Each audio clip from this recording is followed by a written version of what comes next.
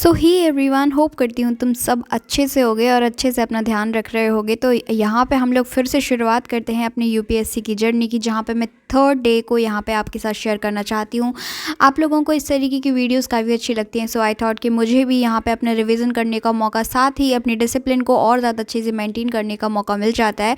तो मुझे भी इसी तरीके की जो वीडियोज़ रहती हैं उनमें इन्वॉल्व होना चाहिए, सो दैट अगर कुछ लोगों के कमेंट आए थे कि आपकी वीडियो देखने से मतलब मैं दोबारा से पढ़ने चला गया ऐसा वैसा, तो अगर ऐसा चीज़ें आप मेरे थ्रू अगर प्रोवाइड कराई जा रही हैं जिससे आप लोग मोटिवेट हो रहे हैं अपने काम के लिए, तो मुझे ऐसा करने में कोई दिक्कत नहीं है। तो आज हम लोग क्या क्या कवर करने में, सबसे पहले तो हम लोग अपना जो टू डू लिस्ट रहेगा, फिर साइंस एंड टेक्नोलॉजी जैसा कि मेरी चल रही है तो मैं उसको कवर करूँगी, साथ ही मेरे जो करंट अफेयर्स हैं मैं यहाँ पे उसको कवर करूँगी। तो लगे हाँ, तो यहाँ पे अपने लैपटॉप को खोलते हैं और यहाँ पे किस तरीके से जो मीन्स आंसर राइटिंग की जाती है, वो जैसे क्रिटिकली एनालिसिस के जो क्वेश्चन रहते हैं वो किस तरीके से एवेल्यूएट करने के जो क्वेश्चन रहते हैं, तो आप लोग इसको पॉज करके एक तरफ से देख सकते हो, जो मैंने बेसिकली यहाँ पे जो है रूल फॉलो किया है।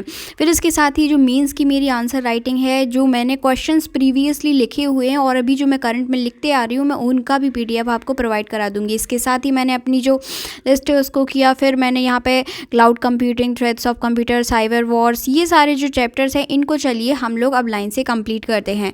तो सबसे पहले यहाँ पे प्रीवियसली हमने बहुत सारी चीज़ें थी जो कवर की थी। फिर इसमें मैंने जो आईओटी सेक्टर रहता है वहाँ पे कहाँ कहाँ इसकी इन्वॉल्वमेंट रहती है, ये सारी चीज़ें कवर करते हुए फिर मैंने यहाँ पे करंट अफेयर्स को देखा। ये मेरे पूरे एक साल के करंट अफेयर्स हैं जिनको मैं पलट के नहीं देखती हूँ क्योंकि चीज़ें माइंड में इतनी ज़्यादा फिट हो चुकी हैं। फिर यहाँ पर ये मेरा, जैसा कि मैंने कहा था कि मैं आपको दिखाऊँगी कि मीन्स के मेरे आंसर्स किस तरीके से रहते हैं, तो ये वाला जो टॉपिक है इन्वायरमेंट से रिलेटेड कि इन्वायरमेंट गवर्नमेंट किस तरीके से होनी चाहिए, तो आप लोग इसको पॉज करके अच्छे से देख सकते हो। मैंने यहाँ पे काफ़ी डिटेलिंग में इसको प्रोवाइड करा है। फिर ये फॉरेस्ट जो रहते हैं वो सोशियो इकोनॉमिक कल्चर को प्रमोट करते हैं, ये इन पे एक तरीके से लिखना था। फिर ये वाला जो प्लास्टिक पॉल्यूशन पे था कि प्लास्टिक पॉल्यूशन किस तरीके से हार्मफुल हो सकता है, क्या इसके ऑल्टरनेटिव होते हैं, तो ये सारी चीज़ें जो यहाँ पे प्रोवाइड कराई गई थी।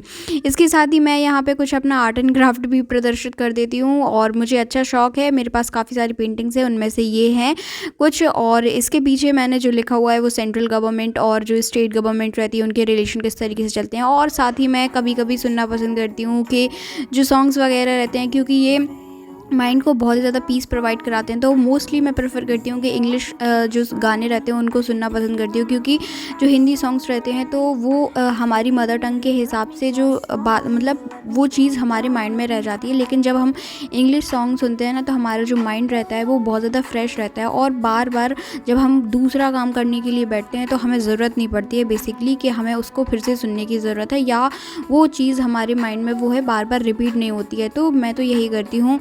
और ये वाला जो सॉन्ग है वो करंट में मेरा फेवरेट चल रहा है अभी, क्योंकि जो इंग्लिश सॉन्ग रहते हैं ना, कभी कभी उनकी जो रिदम्स रहती है वगैरह, ये चीज़ें मुझे बहुत ज़्यादा एक तरीके से कह सकते हैं मीन्स के आंसर राइटिंग में बहुत ही ज़्यादा इफ़ेक्ट करती हैं, कहीं ना कहीं करती हैं, हर एक टाइम पे नहीं करती हैं।